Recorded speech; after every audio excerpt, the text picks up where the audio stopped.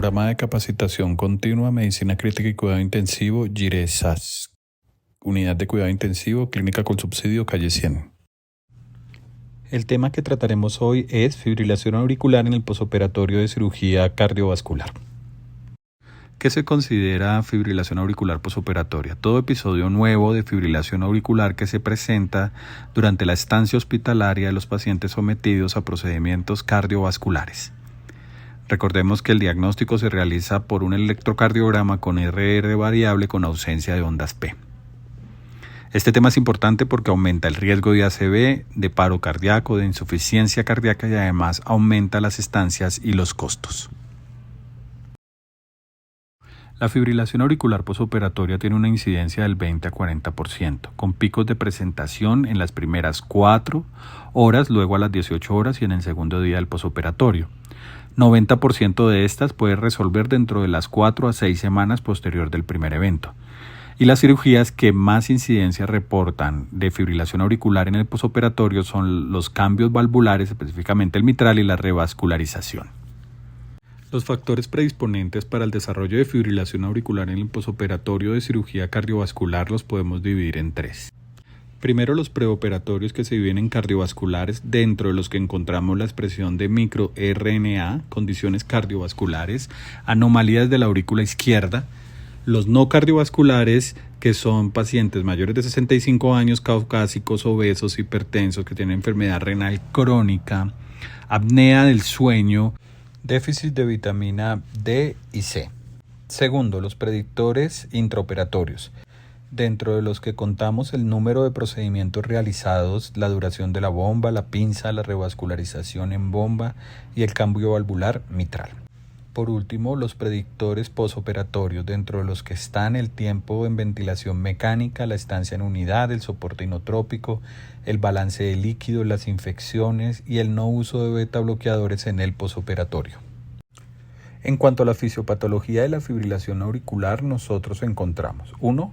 Los factores predisponentes, tanto los preoperatorios, los intraoperatorios y los posoperatorios, asociados a la inflamación y el estrés oxidativo que se produce por el procedimiento quirúrgico, además de la disfunción autonómica y los cambios estructurales. Todo esto van a alterar la respuesta a los receptores o de los receptores beta-adrenérgicos, produce una disfunción de la contractilidad que va mediada por la remodelación y la lesión cardíaca. Esto lleva a que haya una alteración en la conducción auricular. Puede ser por cambios en electrolitos, por la disminución de las fases del potencial de acción, por aumento en los radicales de oxígeno, por la alteración de las uniones GAP, por la disminución de la producción energética de las mitocondrias, por el aumento de la producción de mediadores inflamatorios, la remodelación estructural y los cambios en la actividad eléctrica. Como podemos ver, la fisiopatología de la fibrilación auricular incluye muchos factores que contribuyen al desarrollo de la misma en el posoperatorio de cirugía cardiovascular. Para la valoración del riesgo del desarrollo de fibrilación auricular en el posoperatorio de cirugía cardiovascular se han realizado diferentes escalas. Acá les mostramos 3 de ellas, donde podemos observar que la escala CHAS-BAX es la que tiene mejor sensibilidad para la predicción de la presencia de fibrilación auricular en el posoperatorio de cirugía cardiovascular. Estas escalas nos sirven como apoyo para definir si los pacientes sometidos a cirugía cardiovascular requieren de manejo previo para la prevención de fibrilación auricular. ¿Cómo podemos definir si se requiere manejo para la prevención de la fibrilación auricular en los pacientes sometidos a cirugía cardiovascular? Como lo vimos anteriormente, la escala de CHAS-BAX nos puede servir. Si esta es mayor de 1, pensaríamos en el uso de medicamentos para la prevención que veremos más adelante. Sin embargo, no podemos dejar a un lado los predisponentes como la bomba mayor de 100 minutos, la pinza mayor de 60, que se realicen más de 1 o 2 procedimientos, las complicaciones intraoperatorias, el diámetro de la aurícula y la cirugía valvular, así como la fracción de eyección menor del 30%.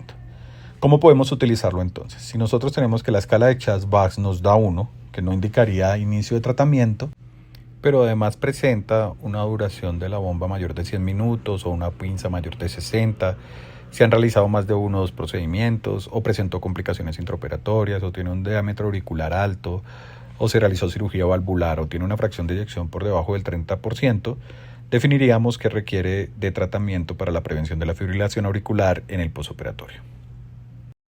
Ahora mostraremos el manejo que se puede utilizar como prevención para el desarrollo de fibrilación auricular en el posoperatorio de cirugía cardiovascular una vez se define que se requiere de este. El primer medicamento que revisaremos es la amiodarona. En la base de datos de Cochrane se observó una reducción de la fibrilación auricular con el uso del medicamento. La dosis efectiva es de 4 a 6 gramos, esta dosis es acumulada. Por debajo de 4 gramos la efectividad es baja para la prevención de fibrilación auricular y por encima de 6 gramos se presenta con mayor frecuencia bloqueos o arritmias. Se sugiere la vigilancia del QT diario cuando se administre amiodarona. Los esquemas que se usan son los siguientes. Cuando se inicia en el preoperatorio se administran 200 miligramos cada 8 horas por 3 días y se continúa 200 miligramos cada 12 horas por 24 horas en el posoperatorio y 200 miligramos al día hasta la alta hospitalaria. Cuando se inicia en el intraoperatorio se administran 150 a 300 miligramos endovenosos y en el posoperatorio se continúa 200 miligramos cada 12 horas por 5 días y luego 200 miligramos hasta la alta hospitalaria. Cuando se inicia en el posoperatorio al ingreso a la unidad de cuidado intensivo se administran 150 a 300 miligramos endovenosos, se continúa con un esquema de 200 miligramos cada 12 horas por 5 días y luego 200 miligramos al día. Otro de los medicamentos que ha mostrado evidencia en la base de datos de Cochrane es el beta bloqueador. La mitad de estos estudios se ha realizado con propanolol. ¿De qué dependerá el tipo de beta bloqueador que utilicemos? Del estado hemodinámico del paciente, de la fracción de eyección y la edad. Hay que tener precaución con la presencia de bloqueo y choque y se debe vigilar el PR. ¿Cómo usamos entonces los beta bloqueadores? En cuanto al propanolol, se debe usar en pacientes que son mayores de 75 años o que están inestables y la dosis va de 10 miligramos cada 6 horas inicial hasta una dosis máxima de 80 a 160 miligramos día. El metoprolol para pacientes estables con una fracción de eyección por encima del 45% y su dosis inicial es de 25 miligramos cada 12 horas con una dosis máxima de 100 miligramos al día. Y por último el carvedilol para personas con fracción de eyección por debajo del 45% con una dosis de inicio de 6,25 miligramos cada 12 horas y una dosis máxima de 50 miligramos al día. Tenemos otros medicamentos que han evidenciado la disminución de la incidencia de fibrilación auricular en los pacientes sometidos a cirugía cardiovascular, entre estos el magnesio, que se debe utilizar para mantener niveles por encima de 2,5 de magnesio en sangre. En cuanto a la colchicina y las estatinas, pues estos se deben usar según la patología de base que presente el paciente, pero se pueden administrar si hay una contraindicación para el uso de betabloqueadores o amiodarona como prevención de la fibrilación auricular. En cuanto a los corticoides, no tienen evidencia para la disminución de fibrilación auricular y aumentan el riesgo de infección, por lo cual se desaconseja su uso.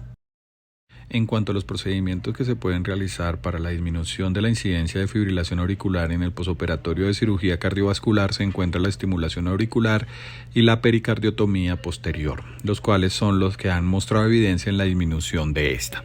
Anticoagulación, esta se debe iniciar si la duración de la fibrilación auricular es mayor de 48 horas y se debe mantener por lo menos durante 4 semanas si se retornó a ritmo sinusal.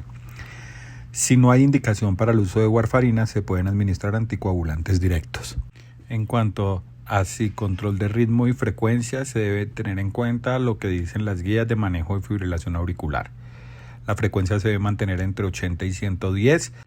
Y si hay inestabilidad, mal control de frecuencia, hipoperfusión renal cerebral o coronaria, se debe realizar cardioversión.